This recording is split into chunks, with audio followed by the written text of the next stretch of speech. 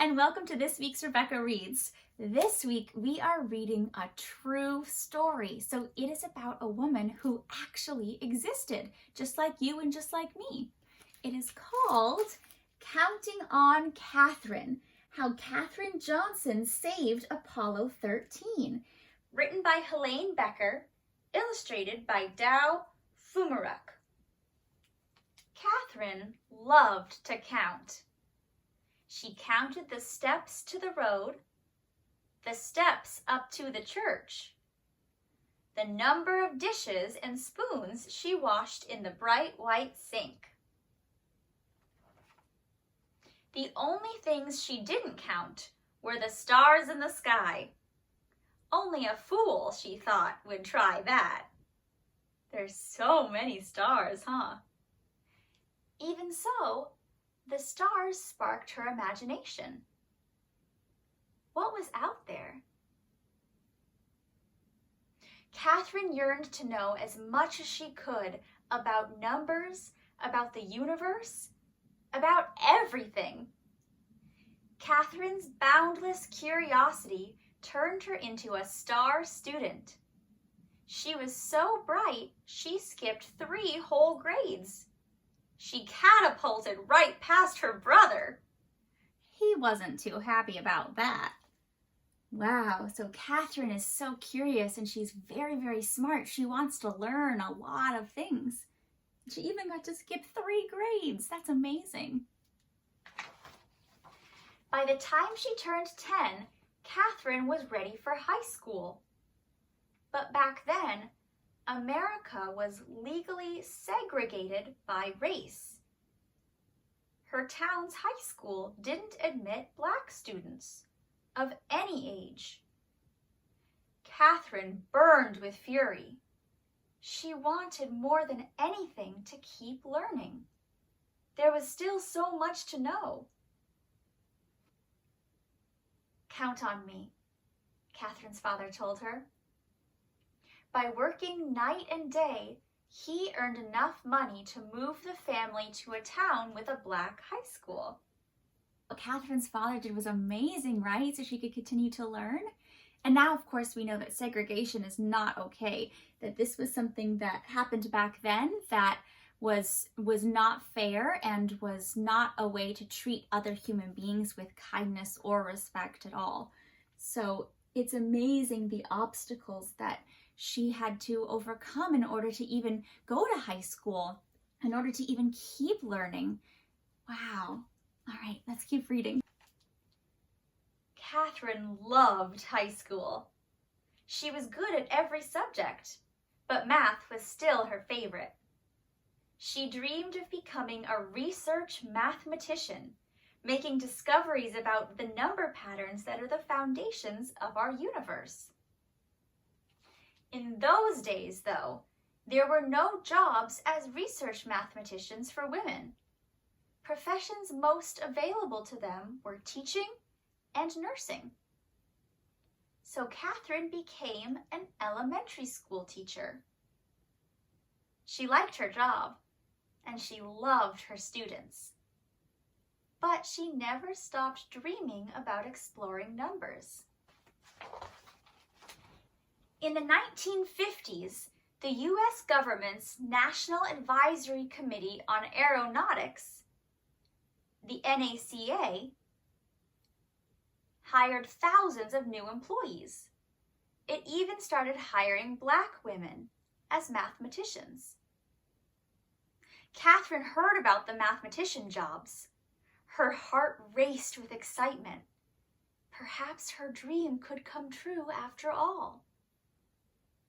But when she applied for one of the positions, she was told they were already filled. Katherine had to wait a whole year until new spots opened up. Her patience paid off. She got the job. A few years later, the Soviet Union sent a rocket ship into space, launching a space race with the United States. NACA was rolled into a new space agency, the National Aeronautics and Space Administration, NASA. Katherine now found herself at the heart of America's space program. She worked as a computer. Electronic computers were not widely used yet, calculating long series of numbers. All the computers were women. They were given the tasks that men thought were boring and unimportant. Which is so interesting, right? Because those tasks are actually some of the most important that you could have. That didn't bother Katherine.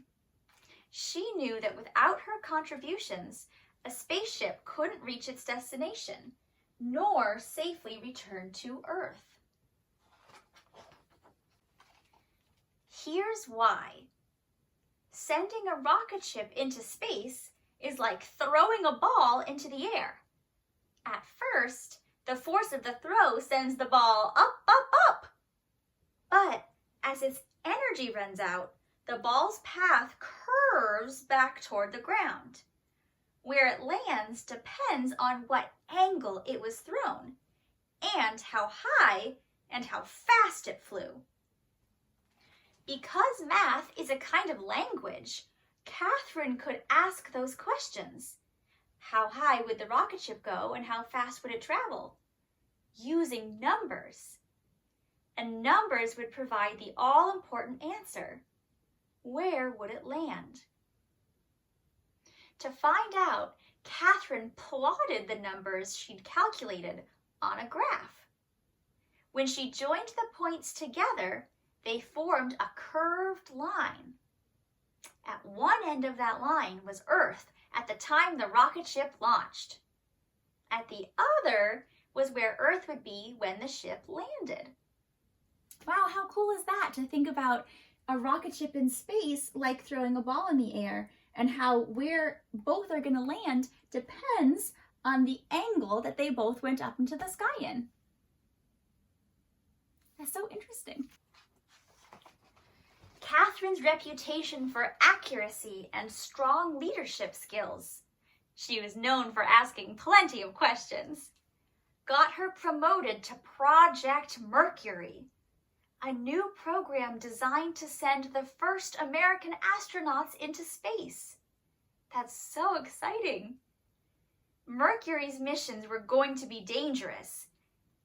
So dangerous that even the project's star astronaut, John Glenn, refused to fly unless Katherine okayed the numbers. "You can count on me," she said. Glenn's spacecraft, Friendship 7, orbited Earth 3 times and returned home safely. Glenn became a national hero. Katherine was promoted again.